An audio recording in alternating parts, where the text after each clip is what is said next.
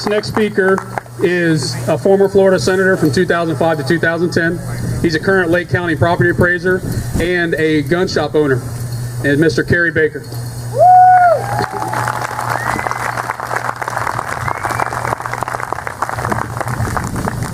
Well, they didn't tell me I'd be following Patrick Henry.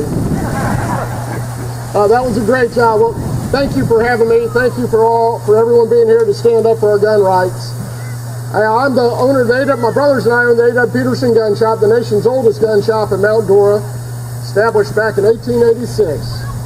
And we're over there in Lake County, and I'm very proud of my shop. I'm very proud of the fact that we've supplied tens of thousands of great Americans with their firearms. I'm proud of the fact that we've conducted thousands of concealed weapon permit programs. And I'm mostly proud of the gun owners in Lake County that they had the guts back in 2000 to elect a gun shop owner to the Florida House.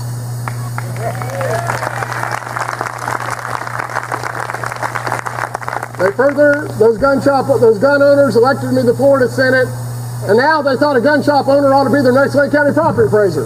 So God bless them in Lake County, that's for sure. But let me tell you, one of the most important things that gun owners have done across the state, and you folks in particular, is for the past 12 years or so in the Florida legislature, you've given the legislature the courage to do the right thing by the Second Amendment. The courage to pass pro-gun legislation that protects your right to defend yourself and your family, to protect your right to carry a gun, protect your right to stand your ground. That's been your contribution. But I tell you what, the strength that it took to do that, we're going to need all that and more to fight what's coming our way right now.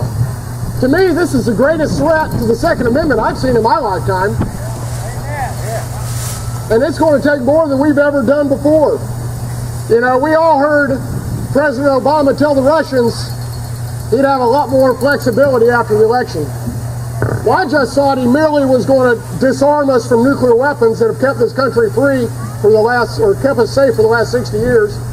But it turns out his flexibility means denying Americans the right to keep and bear arms and to protect this nation for the last 230 years. So here we are today, arming ourselves with the facts that we need to fight this, encouraging ourselves. But there is one certain fact about President Obama and the gun grabbers, and that fact is they want to take all the guns. They may talk how they support the Second Amendment. They may talk about how they want to protect hunting and hunting guns. But the fact is, you remember President Obama said that the U.S. Constitution was a flawed document. Maybe he was talking about the Second Amendment. And they have lied to us about their belief in hunting. It's all a charade. They ignore the fact that we know the truth. And the truth is, they talk about the Second Amendment, but they work every day to undermine it. They talk about supporting guns, but every big city... People want to hear ya. You should yell if you can't hear me. There you go. Oh, thank you. They talk about the Second Amendment, but they work every day to undermine it. They talk about protecting our hunting guns, but in the big cities where the big liberals are elected, they work day and night to remove all guns from those cities.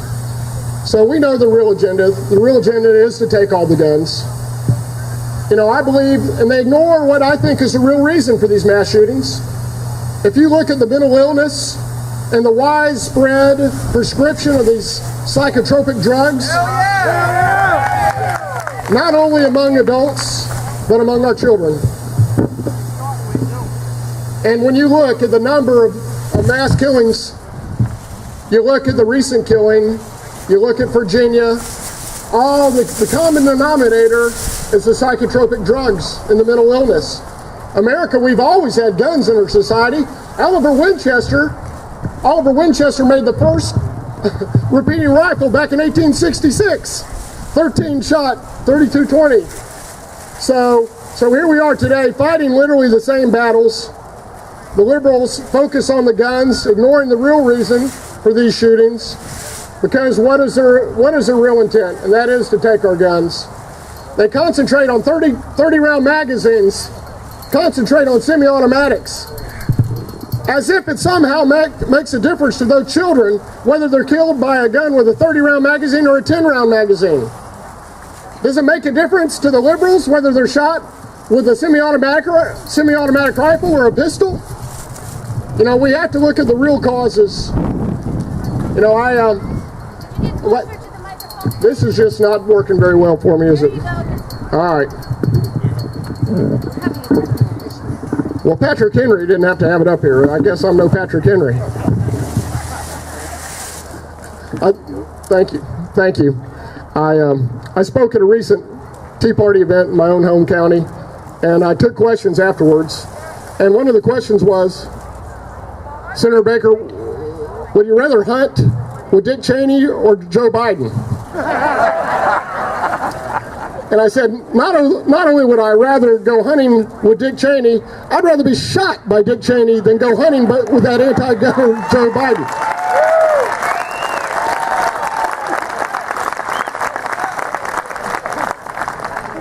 So here we are, you know, deciding, you know, what we can do, how can we fight that.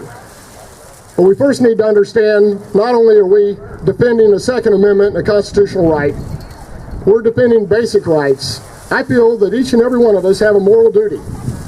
A moral duty not only to support the Constitution that has made this nation great, but a moral duty to defend ourselves and our family and our neighbors. And there was a moral man once, the most moral man that Patrick Henry mentioned before, the greatest man that ever walked the earth, Jesus Christ. And he told his disciples to sell their coats and buy a sword.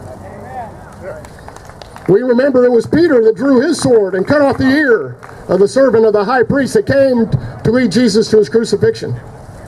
Now we know Jesus was a peaceful man, and we all believe to turn the other cheek when we're verbally assaulted.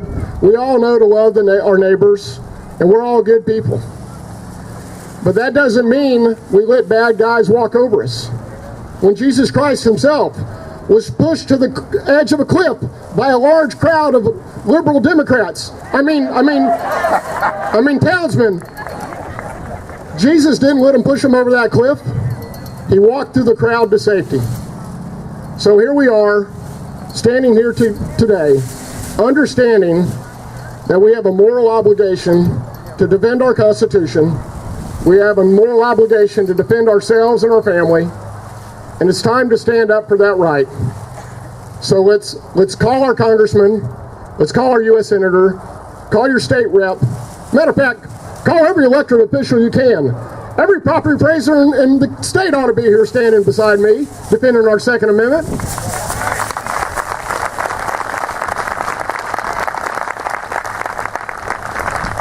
So with that, thank you for giving me the opportunity. Let's remember, this is a fight we must win, a fight that we have to win. 100 years from now, our children, our grandchildren, our great-grandchildren need to enjoy the same rights that we're enjoying today. Amen. And that will not happen unless we fight. That will not happen unless we defend those rights. It will not happen unless we stand our ground. Thank you.